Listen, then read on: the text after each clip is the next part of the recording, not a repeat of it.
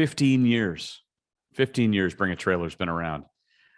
I'm sure you can't imagine that, and probably difficult to imagine the fact that when you're doing 50, 60, 70 different vehicles a day through the auction site, which, adds up to a whole lot per month, that you are now known as one of the largest auction sites in the world.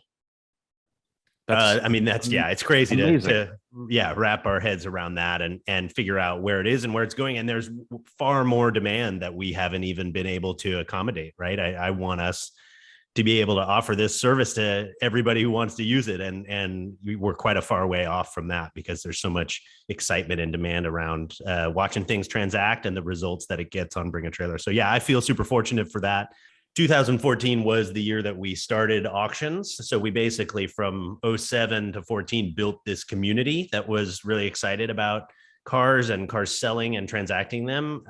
But they would always, fight over the cars of who got dibs. And the best way to solve that, we knew all along, was a bidding model. So we built our own and launched it in 2014. So yeah, we've been going over 7 years now on auctions alone. It's growing from there. Let's go back to that 07 timeframe. You're kind of sitting around with a friend of yours over beers one night, and he starts telling you, Randy, you're all over the internet finding cars all the time, and you're finding them for other people. That's all going to waste. All that research is going away. Why don't you just post what you're finding? And you started with kind of that notion of, well, let's start with one car and see what we can build out of this.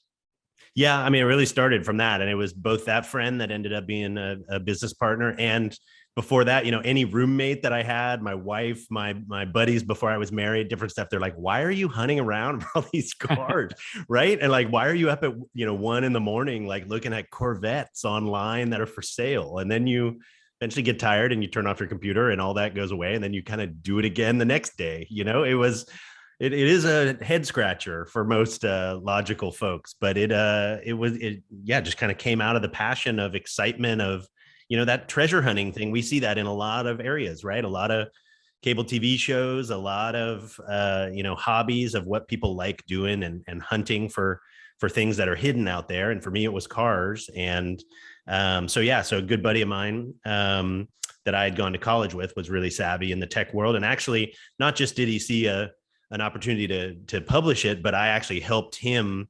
His dad had driven a early Corvette when he was young, and he wanted to give a gift to his dad of reliving that dream again. So kind of one of the early prototypes of BAT was, he's like, hey, help me find a Corvette, right? So I found him several for sale, and we vetted them, and we talked about them, like you said, over beers, and that is kind of the prototype, right? A lot of people do that. They have like their car friend who will help them find the one or the right one, or guide them through the process of all the pitfalls that can be out there buying an old car. And so I did that with him, and he's like, man, that was so valuable. If I wasn't your friend, I would have paid for that. This is like your calling. And so we kind of started formulating how I could have an outlet and a channel for that, which ended up being sort of a blog format online. And the first car, an Austin Healey 100-6 Roadster, and you posted it, titled it fittingly, Starts and Drives.